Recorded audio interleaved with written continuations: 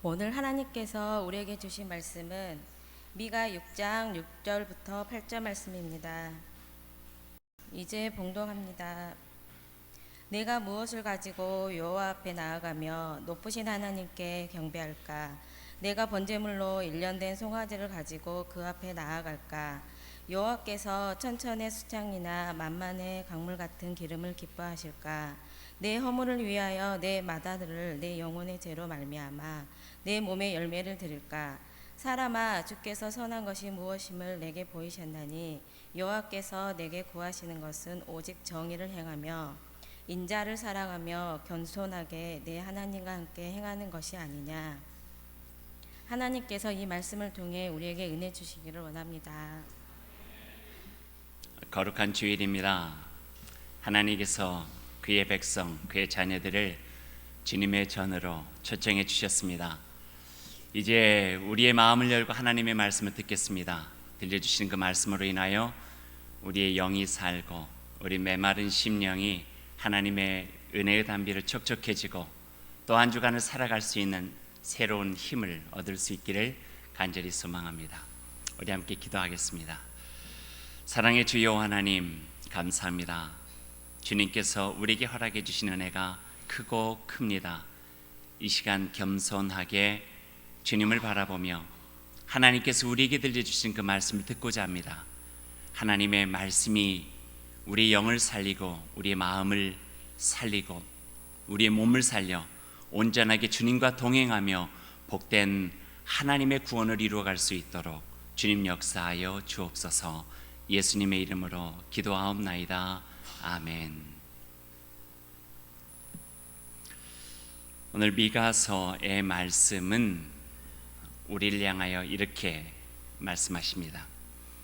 사람아, 주께서 선한 것이 무엇임을 내게 보이셨나니 여호와께서 내게 구하시는 것은 정의를 행하고 인자를 사랑하며 겸손하게 내 하나님과 함께 행하는 것이 아니냐, 이 말씀입니다.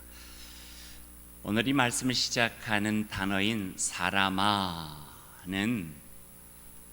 평상시 하나님께서 그렇게 즐겨 쓰셨던 단어가 아니에요. 대개는 이스라엘아 또는 야곱아 이렇게 부르셨죠. 근데 오늘 이 말씀에는 사람아 이렇게 부르고 계세요. 이 사람아의 원어는요, 우리가 잘 아는 단어인데 아담이에요. 아담아. 하나님께서 세상을 창조하시고 사람을 지으실 때 첫사람의 이름이 아담이었고요, 그 아담의 뜻은 흙이라는 뜻이죠. 더 구체적으로 이야기하면요, 먼지라는 뜻이에요. 그러니까 사람아라고 부르는 것은 흙아, 먼지야. 하나님께서 모든 것을 창조하시기 이전에 처음의 모습으로 우리를 다시 한번 부르고 계시는 오늘 미가서 6장 8절의 말씀을 우리가 보게 돼요. 저는 이 말씀을 대하면서 왜 그러셨을까, 하나님께서 이런 생각을 했어요. 왜 늘 부르시던 대로 부르지 아니하시고 왜 사람아 라고 부르셨을까. 그러다가 문득 이런 생각을 하게 됐죠. 하나님께서 처음부터 다시 시작하고 싶으셨구나 하는 생각이에요. 하나님께서 모든 것들을 다 없던 것으로 치고 아주 처음부터 새롭게 시작하고 싶으셨구나, 이런 마음이 이렇게 갑자기 들게 된 거예요. 그리고 성경 말씀 보니까요, 오늘 미가서 6장 뒷부분에도 그렇고 그 시대의 상황이 하나님의 마음에 처음부터 다시 시작하고 싶은 마음이 들 정도로 참 어려웠어요.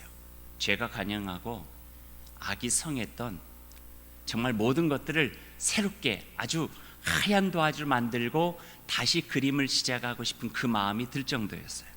우상숭배, 자기만을 아는 욕심과 교만, 타락한 종교 지도자, 하나님을 잃어버린 하나님의 성전, 더욱 가난하고 불쌍해져 버린 백성들, 정의도 평화도 공평과 사랑도 찾아볼 수 없는 부패한 세상, 마치 하나님의 나라에는 하나님의 계시지 않고 하나님의 백성들은 하나님에 대해서 관심이 없었어요. 그런 모습을 보면서 하나님은 다시 시작하고 싶으셨던 것 같아요. 그래서 그들을 향하여 미가 선지자를 통하여서 달리 부르시는 것이 아니라 사람아, 흙아, 먼지야, 내가 너희들을 다시 모아가지고 너희들의 코에다가 생기 불어넣어서 새로운 생명으로 다시 한번 창조하고 싶다, 이런 마음을 보여주고 계시는 것 같아요. 얼마 후에 이 백성, 이 나라는 멸망하게 되죠. 아수르의 포로가 되어요.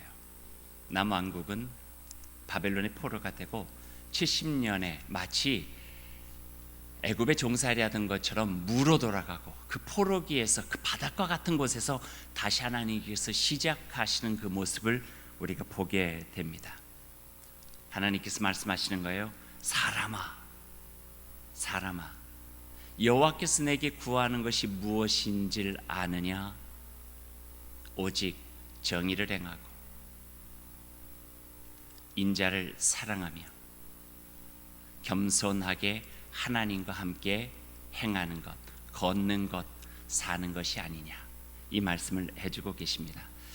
하나님의 백성인 우리에게도 어쩌면 그런 막장적 삶은 살아가지 않는다 할지라도 오늘 우리에게 하나님께서 그 흙으로 지으신 인간에게, 하나님의 백성에게 이 말씀을 해주고 계시는 것 같습니다. 사람아. 그리고 하나님께서 우리에게 원하시는 것을 말씀해 주셨어요. 근데 그 말씀은 심플하고 클리어해요. 아주 단순하고요, 분명해요. 다른 것에 덧붙일 수 있는 것들이 없어요. 아주 우리에게 확연하게 다가와요. 정의, 하나님의 뜻에 따라서 바르게 살아라 하는 거죠. 인애, 인자를 사랑하라. 그 인자는 자비예요. 자비를 사랑하는 거예요. 그것은 하나님께서 긍휼함을 가지고 이 세상을 사랑하는 그 사랑의 마음을 합하여서 함께 사랑하며 살아가라, 이 말씀을 해주고 계시고요. 그리고 겸손하게 하나님과 동행하는 것, 원어적인 표현으로 하면은 겸손한 모습을 가지고 하나님과 걷는 것, 그렇게 표현하고 있어요. 동행이죠. 저는 그래서 여기에 아름다운 동행이라고 하는 생각을 하게 되었어요. 신약에서 삼위일체 비슷하게 이야기하고 있는 것이 있다면요, 믿음과 소망과 사랑이에요. 근데 구약에서는요, 믿음, 소망, 사랑 대신에 정의와 인애와 겸손한 마음으로 하나님과 함께 동행하는 삶, 이 세 가지를 끊임없이 말씀하고 계세요. 아마 율법을 그 핵심적인 것만 추려가지고 요약하라 해도 이 세 가지가 나올 것 같고요, 그 많은 예언자들이 그 백성들에게 하나님의 마음을 전하면서 외쳤던 그 말씀들을 세 가지로 요약해라 해도 아마 이 정의와 그리고 인애와 겸손한 마음으로 하나님과 동행하는 것, 이 세 가지가 나오게 될 것 같아요. 구약을 보면은요, 하나님께서 보여주셨던 모습이 있어요. 하나님의 모습은 구약의 곳곳에서 이렇게 보여지고 있어요. 오른팔은 강하고 의로운 팔이에요. 심판의 팔이고 정의의 팔이에요. 그래서 분별을 가지고 하나님의 뜻에 따라 살아갈 수 있도록 심판하게 하시기도 하고, 때로는 징계하시기도 하고, 좀 엄격하게 하시기도 하죠. 그러나 왼팔은요, 하나님의 자애와 자비와 하나님의 용서와 끝까지 사랑하시는 하나님의 마음이 담겨진 팔이에요. 그래서 하나님은 두 팔을 가지고 계시는 거예요. 오늘 말씀으로 비유하자면은 하나는 정의이고요, 하나는 인애예요. 하나님의 형상을 입은 하나님의 백성들에게 사람아, 먼지와 같은 흙을 다시 창조하시면서 하나님께서 하신 말씀은 너희들의 삶도 한 팔에는 나를 닮아서 정의로워야 된다. 너희들은 나의 삶을 담아서 나의 형상을 입고 있으니 또 한 팔은 자애로워야 된다. 사랑이 넘치는 인애의 모습을 가지고 살아가야 된다. 그리고 겸손하게 나를 닮아 아버지 되신 하나님, 그분의 곁에서 나를 따라서 걷고 나와 함께 행하고 나와 함께 살아가는 삶을 살아가라, 이렇게 표현해 주고 계시는 거예요.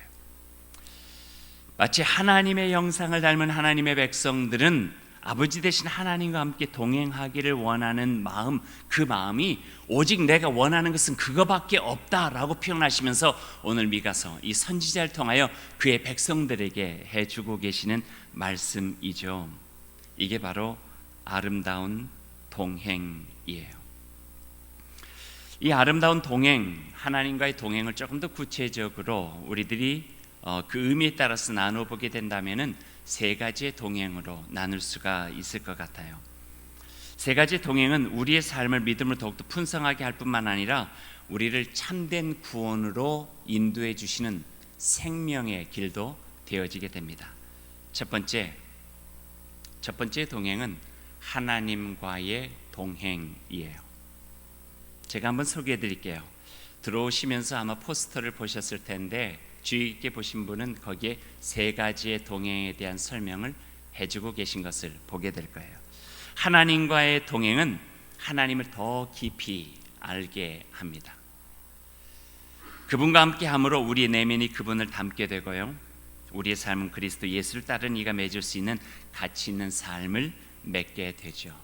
앞에 있는 거 여러분 한번 같이 한번 읽어보시겠어요? 함께 읽죠. 하나님과의 동행은 하나님을 더 깊이 알게 합니다. 그분과 함께 함으로 우리의 내면이 그분을 닮게 되고 우리의 삶은 그리스도 예수를 따른 이가 맺을 수 있는 가치 있는 삶을 열매를 맺게 됩니다. 하나님과 함께 하면은요, 하나님을 닮아가는 게 정상이에요. 저를 보세요. 이제 더 새로운 거 없으니까. 그것이 지극히 당연한 거 아닌가요? 부부도 오래 살면서 닮아가는 것처럼 하나님의 얼굴을 대면하고 오랫동안 함께 살아가면 하나님을 닮게 되죠. 그분과 함께 함으로써 우리의 내면 속에 하나님의 형상이 회복되어지는 거예요. 그리스도 예수님과 함께하는 시간을 많이 갖게 되면 어떨까요? 그것은 바로 그리스도의 삶이 내 안에 배어나 고린도후서 2장에 있는 말씀처럼 내 안에서 그리스도를 아는 그 향기가 드러나게 된다, 그렇게 표현하고 있어요. 우리가 숨기려 해도 숨겨질 수 없는 그 내면에서부터 드러나는 생명의 향기가 그리스도와 함께함으로써 우리에게 드러나게 된다는 것이죠. 이것은 진리이기 전에 상식이에요. 담배를 많이 피면 그 사람의 옆에 가면 담배 냄새가 나요. 굳이 맡으려 하지 않아도 나게 돼요. 술을 많이 먹는 사람은 그 사람에게서는 술 냄새가 나죠. 사람이 많이 한 것에 따라서 그 냄새가 나는 거예요. 이런 노래 아세요? 당신에게선 꽃내음이 나네요. 잠자는 나를 깨우고 가네요. 옛날 노래인데 아세요? 그의 마지막은 이렇게 해요. 어쩌면 당신은 장미를 닮았네요. 장미를 닮았다는 거예요. 내음이 나는 거죠. 냄새가 나는 거죠. 마찬가지예요. 하나님과 함께 동행하는 이에게서는 하나님의 형상을 입은 그분의 자녀다운 향기와 그분의 모습이 드러날 수밖에 없다 하는 것이죠. 오늘 성경 말씀으로 연결해 보면은요, 하나님과 오랫동안 머물며 동행하는 사람에게서는요, 하나님의 바른 뜻에 살아가는 정의로운 삶의 모습, 하나님의 그 끝까지 사랑하시는, 오래 참으면서 인내하시면서 받아주시고 그 자비와 풍성한 사랑으로 안아주는 그 인애가 그 한쪽에선 또 나타나게 된다는 거예요. 정의와 인애. 그리고 그 두 가지의 모습을 보면서 저 사람은 하나님과 함께 동행하는 사람이구나, 이걸 알 수 있게 된대요. 오늘 우리가 함께 읽었던 그 교동문에서도요, 그 하나님을 우리가 본 적은 없지만 하나님의 사람들이 그 사랑 안에 머무는 것을 보면서 하나님은 살아계시고 우리 함께 하시는구나 하는 것을 알게 된다, 그렇게 표현하고 있죠. 마찬가지예요. 하나님과의 동행이에요. 그러나 잘 생각해 보면 우리가 하나님과 함께 동행하는 것이 아니라 그 이전에 하나님께서 먼저 우리와 동행해 주셨어요. 하나님이 우리 곁에 먼저 찾아와 주셨고 우리와 늘 동행해 주셨다, 성경 그렇게 표현하고 있어요. 이사야서 49장 15절 말씀에 보니까요, 사람들이 말하기를 여호와께서 나를 버리며 주께서 나를 잊으셨다, 그렇게 말하지만 그렇게 서두를 꺼내요. 하나님께서, 여호와께서 나를 버리시고 주께서 나를 잊으신 것 같다라고 말하지만 여인이 어찌 그 젖먹는 자식을 잊겠으며 자기 태에서 난 아들을 긍휼히 여기지 않겠느냐? 그들은 혹시 잊을지라도 나는 너를 잊지 아니할 것이라. 내가 너를 내 손바닥에 새겨 놓았노라. 이렇게 표현하고 있어요. 우리가 알기 전부터, 느끼기 전부터 하나님은 늘 우리의 곁에 계셨다고 그렇게 말씀해 주시는 거예요. 우리가 하나님과 함께 하기 이전에 하나님이 우리 곁에 계셨고 우리와 함께 계시고 그리고 앞으로도 떠나지 않고 계실 것이라고 하는 그 약속의 말씀을 하나님께서 구약을 통해서뿐만 아니라 예수 그리스도의 십자가의 사건을 통해서도 우리에게 보여주고 계시는 거예요. 손바닥에 새겨가면서까지도 함께 해주시겠다고 하나님께서는 우리에게 그 사랑의 언약을 해주셨어요.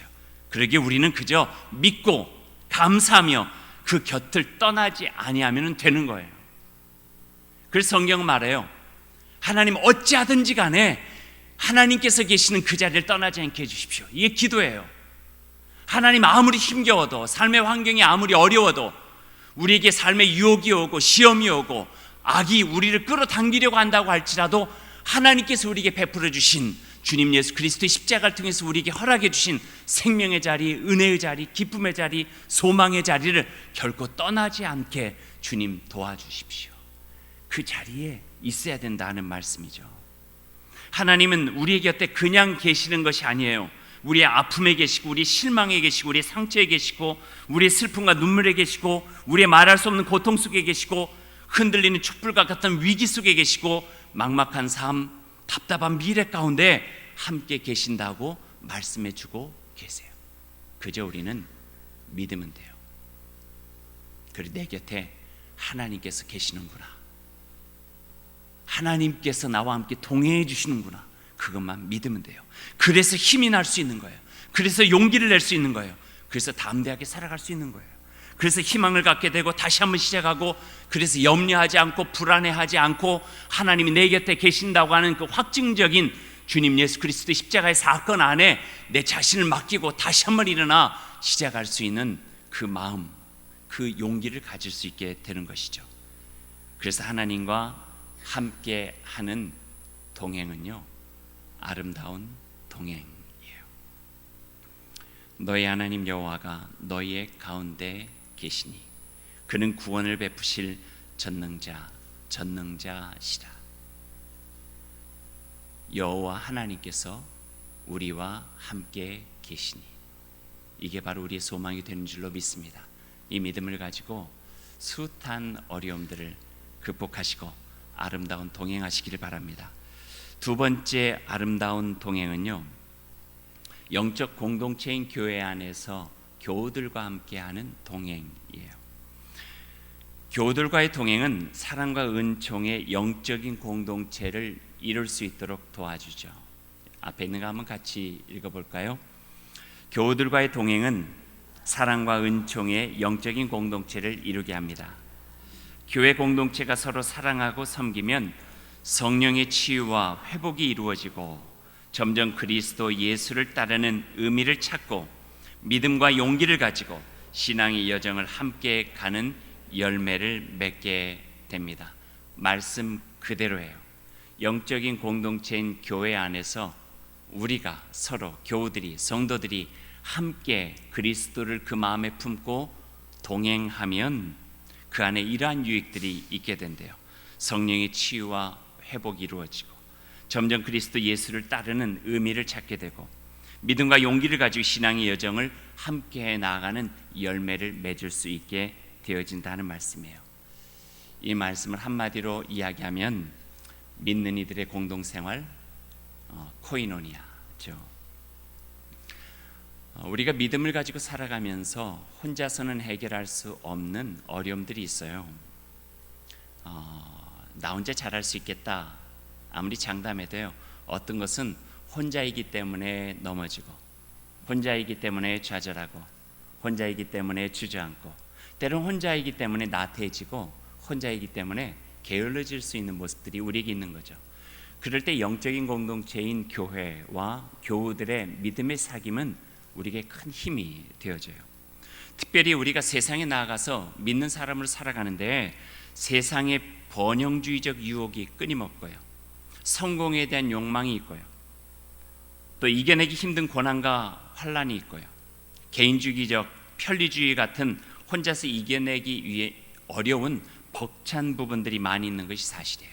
그럴 때 하나님의 말씀으로 서로를 지켜주고 격려하며 함께 어려울 때 손잡고 기도해주고, 그리고 자기 어려움을 함께 나누면서 서로가 믿음으로 사겨 나가고 함께 용기를 주고 살아갈 수 있다고 하는 것은요, 우리가 이 세상에서 믿음을 가지고 살아가는데 얼마나 큰 힘이 되어지는지 몰라요. 이게 바로 아름다운 동행이에요. 영적 신학자 유진 피터슨이라고 하는 분은 이 부분에 대해서 이렇게 이야기를 하고 있어요. 이런 관계는 교회 안에서, 영적인 공동체에서 우리가 교우로서 서로 맺는 관계는 이건 서로를 향한 제사장이 되는 일이다, 이렇게 표현을 하고 있어요. 나는 너의 제사장이 되고 너는 나의 제사장이 된다는 거예요. 제사장은 대제사장 대신 예수 그리스도를 본받아서 그 누군가를 위해서 중보기도 하는 거예요.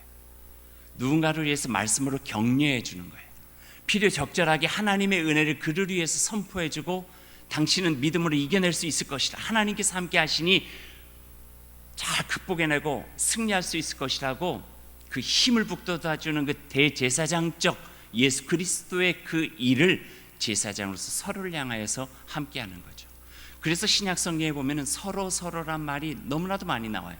서로의 짐을 져주고, 서로를 돕고, 서로를 보살피며, 서로의 허물을 덮어주고, 서로를 격려하고, 서로를 배려해주며, 서로 사랑하며, 하나님께서 우리 가운데 행하신 그 일들을 함께 행하며 살아가는 삶, 이것이 바로 영적인 공동체인 교회 안에서 우리가 이루어갈 수 있는 아름다운 동행이죠. 이러한 동행은 우리로 하여금 성령의 치유와 회복을 경험하게 하고, 예수 그리스도를 따르는 의미를 찾게 하고, 믿음과 용기를 가지고 신앙의 여정을 함께 갈 수 있는 그런 귀한 열매를 맺을 수 있게 도와준다, 그렇게 말씀해 주고 계세요. 세 번째 이야기하죠. 마지막 동행은 이웃과의 동행이에요. 한번 같이 읽어보죠. 이웃과의 동행은 참 진리와 생명의 길로 이웃을 인도하게 합니다. 우리의 섬김의 삶이 작은 소금과 빛이 되어 예수 그리스도의 복음이 교회 안에서만 머물지 않고 세상 밖으로 확장되어 하나님의 나라를 이루어가는 기쁨을 누리는 열매를 맺게 됩니다. 이웃과 함께하는 아름다운 동행이요. 모이는 교회가 있다면요, 흩어지는 교회가 있죠. 모여서 예배하고 흩어지면 복음으로 살아가고 다른 이들을 복음으로 주님 앞으로 인도하는 일이에요. 오늘 말씀이 마친 이후에 반가운 초대라는 우리가 준비하고 있고 또 추수감사절 가을에 열매를 맺기 위해서 저희들이 지금 계획하고 있는 이야기들 여러분과 함께 나눌 수 있는 기회가 될 거예요. 반가운 초대는 예수 그리스도의 진리와 생명으로 인도해 가는 거예요. 누군가를 초대하고 예수 그리스도의 사랑을 함께 나누고 하나님의 은혜 가운데 이 세상을 더욱더 복되고 가치 있게 살아갈 수 있도록 아름다운 동행을 이렇게 초청하는 것, 이게 바로 반가운 초대가 될 거예요. 반가운 초대를 위해서 우리가 먼저 가져야 될 것은 내 안에 하나님과의 동행, 교우들과의 동행, 그리고 난 후에 이웃과 함께 복음으로 같이 살아갈 수 있는 그런 마음이 있어야 돼요. 어떻게 보면은 그 반가운 초대와 같이 아름다운 동행을 하나님께서 먼저 하셨어요.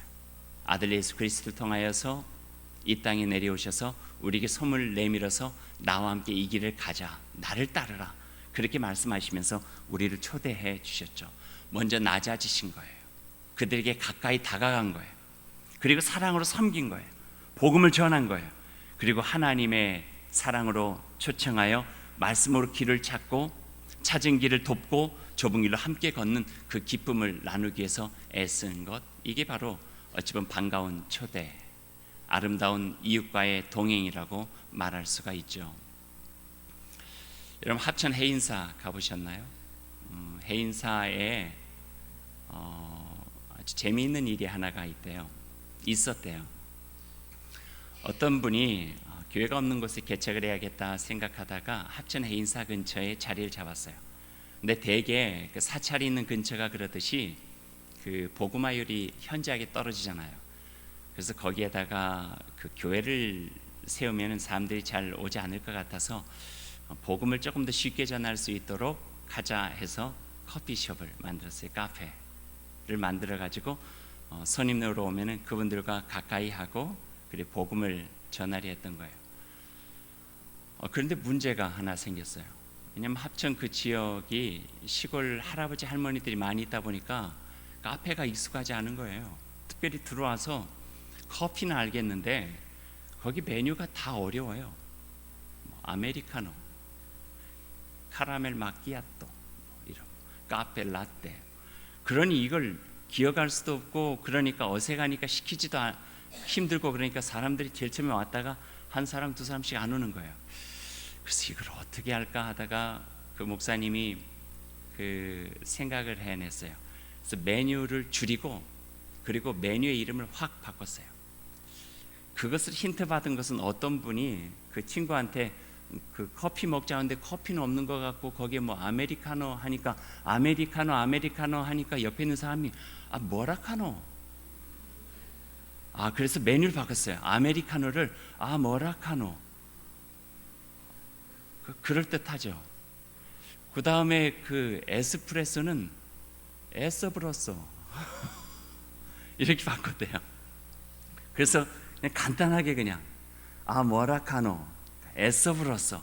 그러니까 친구들하고 와가지고 재밌으니까 시골 할머니가 와서 동료하고 같이 하루 일 끝나고 난 다음에 오늘 애써 쓰니까 에서브로소 한 잔 먹으라고 이러고 모라카노 하나 이렇게 먹으라고 이러면서 거기가 사람들도 많이 오게 되고 재밌어졌다는 이야기를 들었어요. 이게요 조금 어렵게 이야기 말하면은요 그 인카네이션이에요. 성육신이에요. 하늘이 땅이 되신 사건이에요. 하나님이 신이 인간이 되신 사건이에요.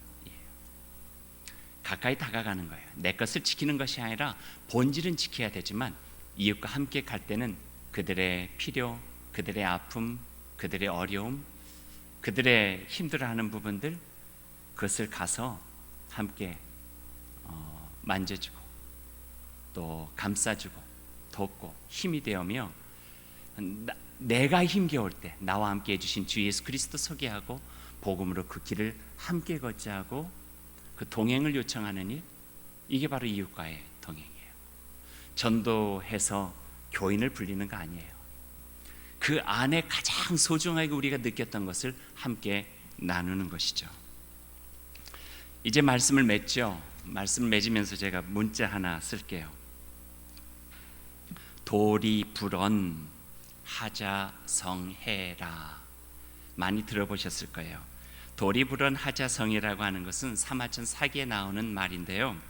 복숭아 나무 밑에는 이곳에 복숭아가 있다 말하지 않아도 찾아오는 사람이 있고 그로 인하여 길이 날 수밖에 없다, 이런 의미예요. 좋은 향기가 나는 곳으로 사람은 눈길이 돌려져요. 하나님의 교회 복음의 생명력과 그 복음을 위해 애쓰는 이들, 그리고 서로 사랑하고 돕는 그 아름다운 사귐과 교제가 있으면은요 복숭아가 있다 말하지 않아도 사람들은 한 발 두 발 찾아오고 길이 난다는 거예요. 반가운 초대는 이웃을 향하여 우리가 동행을 제안하는 것이기도 하지만 어찌 보면 우리가 예수 그리스도의 참된 복음으로 하나님의 사랑으로 먼저 풍성해져서 나눠줄 것 많은 하나님의 아름다운 교회를 이루어가는 것, 이것이 바로 오늘 이 말씀 세 가지 동행을 통해서 우리가 누려야 될 귀한 말씀인 줄로 믿습니다. 사랑하는 여러분, 하나님과 신실한 아름다운 동행의 삶을 살아가십시오. 그리고 교우들 간의 영적인 공동체에서 서로가 사귀고 위로하고 힘이 되어지는 아름다운 동행의 삶을 살아가십시오. 그리고 그 마음을 가지고 우리의 이웃과 더불어서 아름다운 동행을 할 때 하나님께서는 우리의 이 모습을 보면서 기뻐하시고 이 모든 걸 통해서 하나님께 큰 영광이 되어줄 줄로 믿습니다. 이와 같은 은혜가 저와 여러분 가운데 풍성하기를 간절히 소망합니다. 기도하겠습니다. 사랑해 주님 감사합니다. 귀한 말씀 저희들에게 주셨습니다.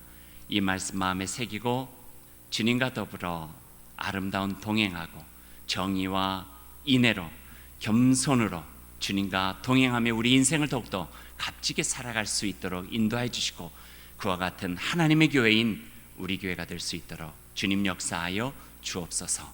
예수님의 이름으로 기도하옵나이다. 아멘.